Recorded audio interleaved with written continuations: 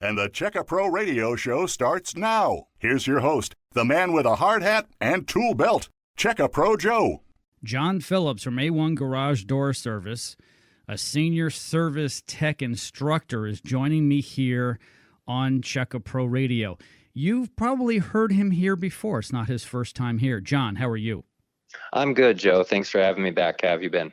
Fantastic. Thank you so much for joining me. Love talking about garage doors. Love talking about garage door safety. A lot of people take the garage door for granted. We've talked about this before. People often use their garage door as their main entry point, but they don't think much about it, right? They pull up into the driveway, they press the button, they open the door. They often leave that car in the driveway because they use their garage as a storage unit, and then they walk by all the boxes and so forth to go into their home. If they're fortunate enough, they can park their car in the garage. But sometimes the garage door fails. A spring may go, for instance. The garage door opener may malfunction. And it's really hard to get your car out of the garage when the garage door operator or the spring are not operating correctly. That's where we bring A1 into the picture.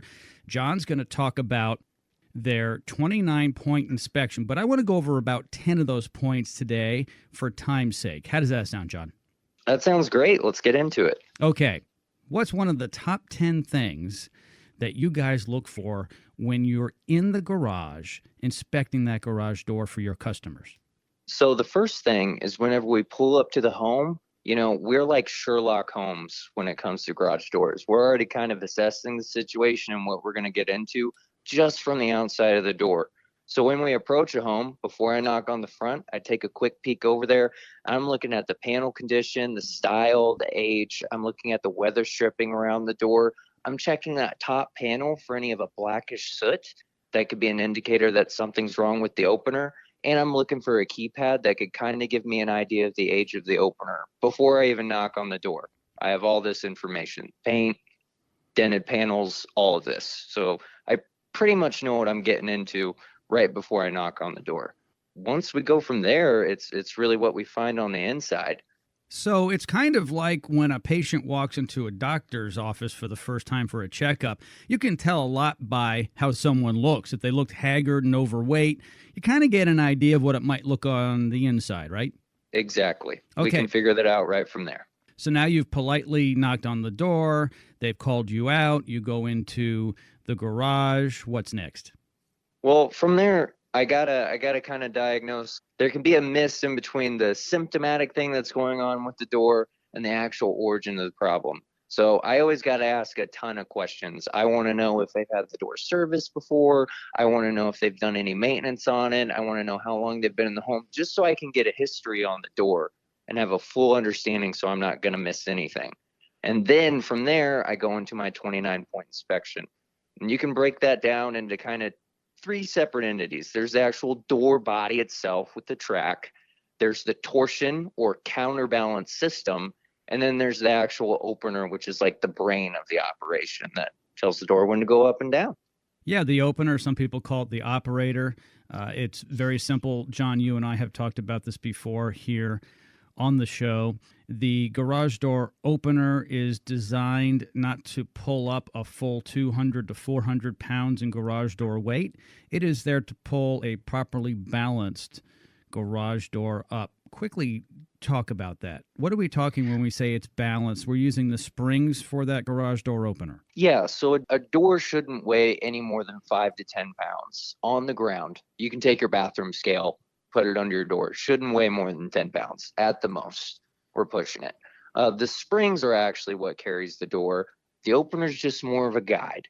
It's an arm, it's an assistant, it's remote, it's from your phone. It's just a guide to lift the door up and down from your convenience. The springs are actually what's doing that. So I can tell by weighing the door, tensioned on the ground, and I can also tell with the 3-point balance test. And what I mean by that is I'm going to lift the door up, and as a panel goes through the radius to the point where it's going overhead, I want it to stay in place wherever I let it go. If it's going up too much, that means that the springs are overwound or the spring is too strong. So that's causing unnecessary force on the operator to close. And if it's slamming down to the ground, it's too heavy. So that door needs to be balanced so we don't ruin the opener. That's a good point.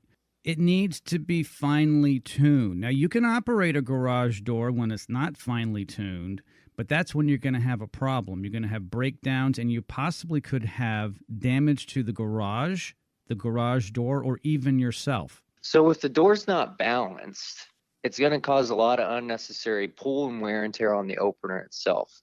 So if we're not maintaining the door, one, we're going to ruin the opener over time. It'll work for a bit until it doesn't. And then we're in a pretty expensive repair or replacement.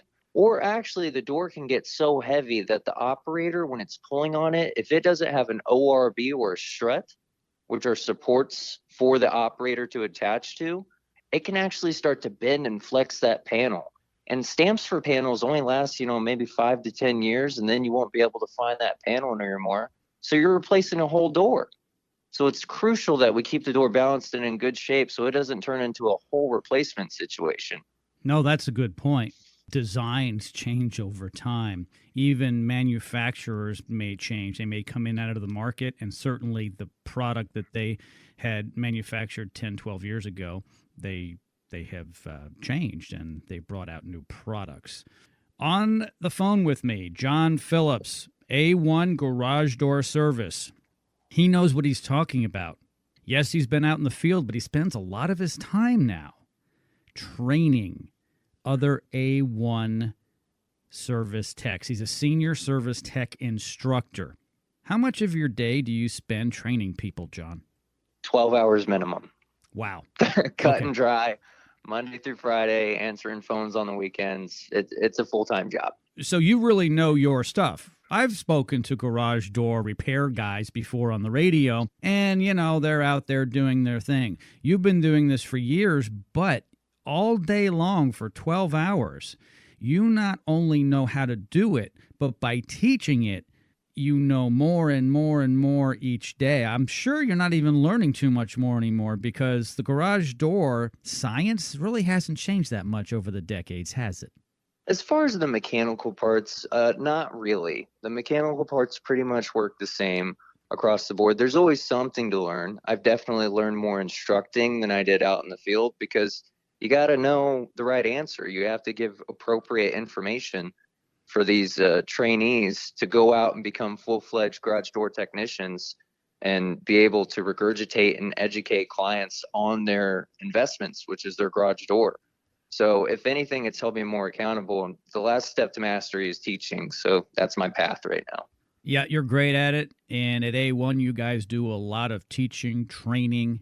Getting back to these top points of inspection when you take a look at a homeowner's garage door, what's another key thing you guys look for? A key thing that I look for, besides the balance and the springs itself, there are mechanical parts that are married to that. But a big thing is looking at the opener. So the opener has a bunch of different safety mechanisms and limits that kind of hold it within a parameter to where it doesn't cause damage. Some of those being forces or limits. So limits being how far a door is willing to travel back and forth, and forces what the door is willing to push or pull through.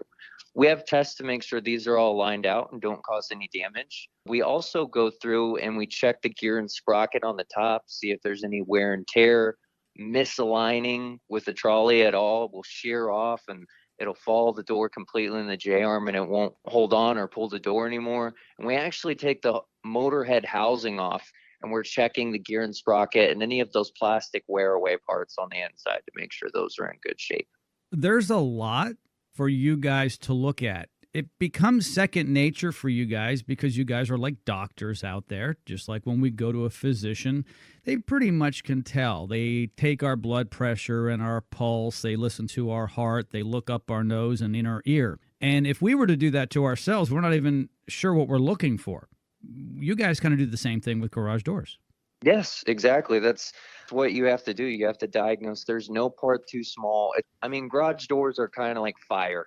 You need 3 things to make fire work, right? You need something to burn, you need oxygen, and you need spark. Well, garage doors, there's a few more parts, but there are some things that are absolutely necessary. But this is a giant moving system that works in unison. All of it has to be a symbiotic relationship.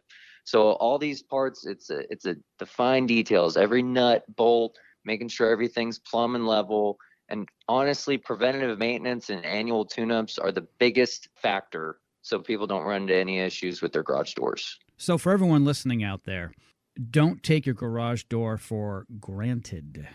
You really need to have it maintained. We go into the dentist, or many of us go into the dentist twice a year for our biannual checkup. You should have your garage door checked up. We do it for our air conditioning system in our cars as well. I will tell you, the dentist, the air conditioning system, and the cars cost much more for maintenance than it does your garage doors.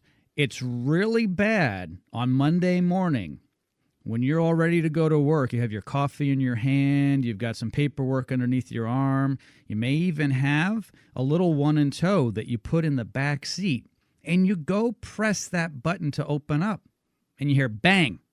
Uh-oh. They're not getting out, are they, John? No, they're not, unless they're super strong. Hopefully, at least they have a 2-spring system on their doors so they can at least get out of the garage with a little bit of assistance. But no, it's never going to happen at a convenient time. It's always going to happen at the most inconvenient, the most busy, the time when you actually need to get out of the garage. So preventative maintenance is the one thing that can stop that. John, thank you so much for joining me here. Hey, everybody, a1garagedoor.com. That is the website, a1garagedoor.com. I've been joined by Jon Phillips. He is an expert, a senior service tech instructor. Not only can he do it out there in the field, but he trains many A1 Garage Door service technicians. John, once again, thanks for joining me today. Thank you so much, Joe. It was a pleasure. Check-a-Pro is your local source for pre-qualified contractors. Stay tuned for more of the Check-a-Pro radio show.